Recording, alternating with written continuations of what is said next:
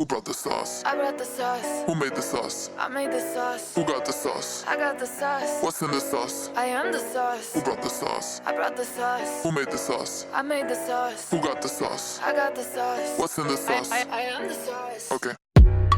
Don't tell me you've tasted anything like this. Don't tell So, let's start with Noemi. Oh God, I just say it. So this whole time, I've been calling her Naomi, but it's Noemi. So tell us a little bit about yourself. Well, my name is Noemi, strong woman. Strong. Yeah, very strong. I don't ever wait for someone to bring food on my table. Very lovely person, funny. I like to make people laugh. It makes me feel good. I'm not shy, but I can be shy. It all depends. And what else? I am bilingual. I love learning other languages. I speak French and English. I love to say that I'm a citizen of the world, simply because of different culture that I have. Can we say something in French? Bien sûr, pourquoi pas? Ooh, okay. Okay, and let's go with Katie. Tell us a little bit about yourself. I'm Kaylee. I moved to Dallas in January from Utah, but I'm not from Utah, I'm from Arizona. Make it known. I will never claim Utah. I've been an agent. I was an agent in Utah for 2 years and just got my license here. I like to travel and read. I'm very not outdoorsy. I don't know why I was about to say that. Sporty. I like sports. Okay, and then, so you've only had your license in Texas for how long? For like a month and a half. Okay. Yeah. How about you? How long have you been an agent? I would say close to a year now. Okay. And you started with another broker, right? Yes. What's so funny? Nothing. So when Noemi came to me, she was really frustrated with the other broker, and they were giving her a really hard time to leave. But we overcame that, right? Yeah. Thank God. Okay, and then what do you love about being an agent, and what do you hate about being an agent? What I like or what I love is the fact that I'm able to network with different people, and that I can be on connection with people. Also touring some nice homes to help me for my idea for to visualize. What I hate is people who doesn't value your time, and before you come to talk to an agent about buying or renting a house, you need to have a goal so you can transfer that message for me to better assist you. So That was very loud and clear. Yes. How about you, Kaylee? I love just touring beautiful homes. I've always toured houses when I was a kid, and it is something that just brings me joy. It's weird to say, but that's probably my favorite part. I got in real estate to invest, so I like going around and seeing the crappy houses too, and like thinking about how I would flip them or whatnot. So I love that. I just like going and seeing new houses. And the hardest part, or the thing I don't like, is how like inconsistent it can be.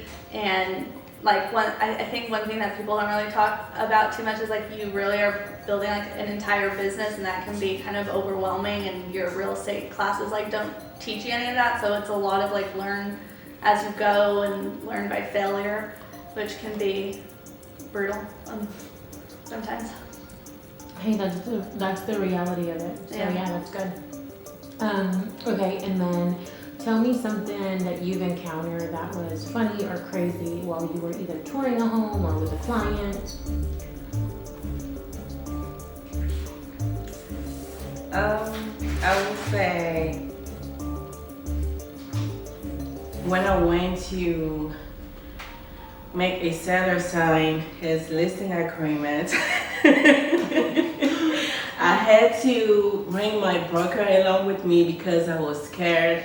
He was just scary and funny at the same time because, yeah, that's pretty much it. What was he talking about? So the house was very, very small, barely have place to enter, because it was built in 1943, if you know the type of houses I'm talking about. Also, he was just all over the place, and it was just hard and funny at the same time. Especially that I had to bring my broker with that. It was really... So one of the funniest things is that you actually would send me screenshots, and you would be like, "What? I'm really having to be a therapist." Oh yeah, yeah. Cause we were talking about business, and he started talking to me about I'm about to die, kill myself. My girlfriend has cancer, and I think the funniest thing was I'm about to make you sign a contract. I know it's relationship over transaction, but on the other hand, this is my job. I get paid for that. So when you're telling me you're about to kill yourself, that's not the right time for you to die. Well, I do not encourage anyone to, say stuff like that. I'm about to kill myself, and I really had to call him and, talk to him. Anything besides business at this point, That might be someone that got put on my way to help him doing something like that. Yeah, that was interesting for sure. But we all kind of have to be, no one ever tells you in real estate school that you're not only a realtor, but you're also a therapist. You're also a teacher, So, okay, how about you, Kaylee? Okay. One time I was touring a house with my brother, and the seller was there, which is always super uncomfortable. And he was like walking us around. His house was a shithole, and like immediately me and my brother like wanted to leave, but like he was there, so we felt like that would be rude. So we walked outside, and in the backyard there was this giant outside freezer, like probably 8 feet by 10 feet, super sketchy. And as we were coming back in, the dude was like, "Hey, like I can open up. Do you want to go like check it out inside?" And both me and my brother, like we made that sibling look, like no, like we want to get out of here. And when we got back in the car, both of us were like, "Did you think he was gonna shove us in there and leave us to die?" Yes, we did. It was like the creepiest house I've ever been into. The dude was creepy. The freezer thing was creepy, and yeah, that was that uncomfortable. That was in Utah? Utah. Yeah. That's crazy. Okay. Uncomfortable.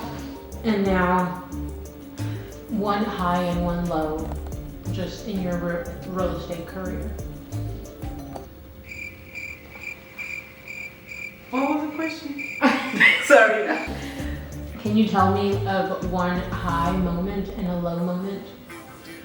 My high moment was, the low moment, it was when I didn't know what to do or where to go.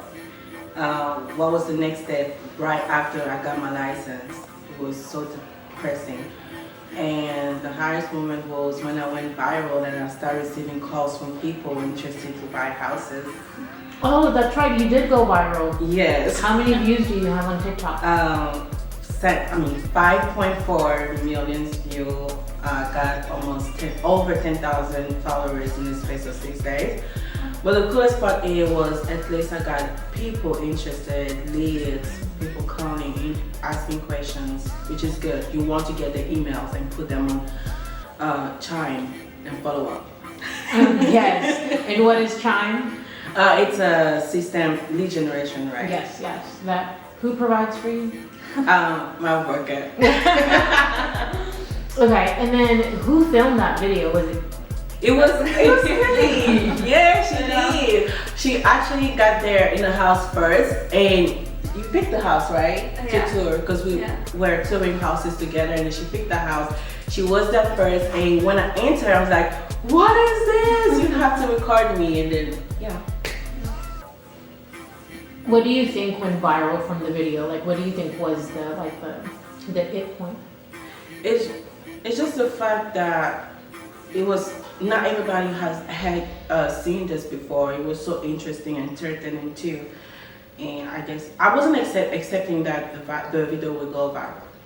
So I think they were confused, and is it a microwave with the screen or is it just a screen? Oh, so Well, like that's that's how we felt too when we were like looking at it. Yeah. We couldn't figure it out. Yeah. So What the hell is this what thing? is this? So Gotcha. And then one of the things that you mentioned on your stories is that you wish you would have been more prepared that day if you would have known that that video was going to go viral. Actually, I'm just a little bit. I was prepared. I was just talking about my hair. I wish I had my wig on, but some people say that I look better without my wig. I don't know, but I feel like I look better how I want to be. Yeah. Okay. How about you? Okay. Low would probably be when I got roped into doing like a training and spent all my money on training that didn't help me. And How much was it? It was like $6,000. What? It was For Tom what? Ferry.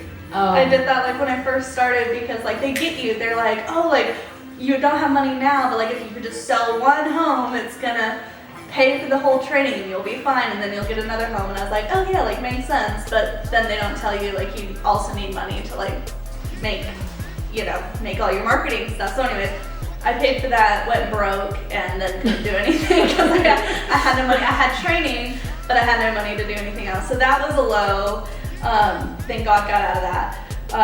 And then the high was definitely the $1 million home. That was like the most exhilarating thing I've ever done, negotiating such a high deal. Like I've never dealt with close to $2 million before, and that was super cool.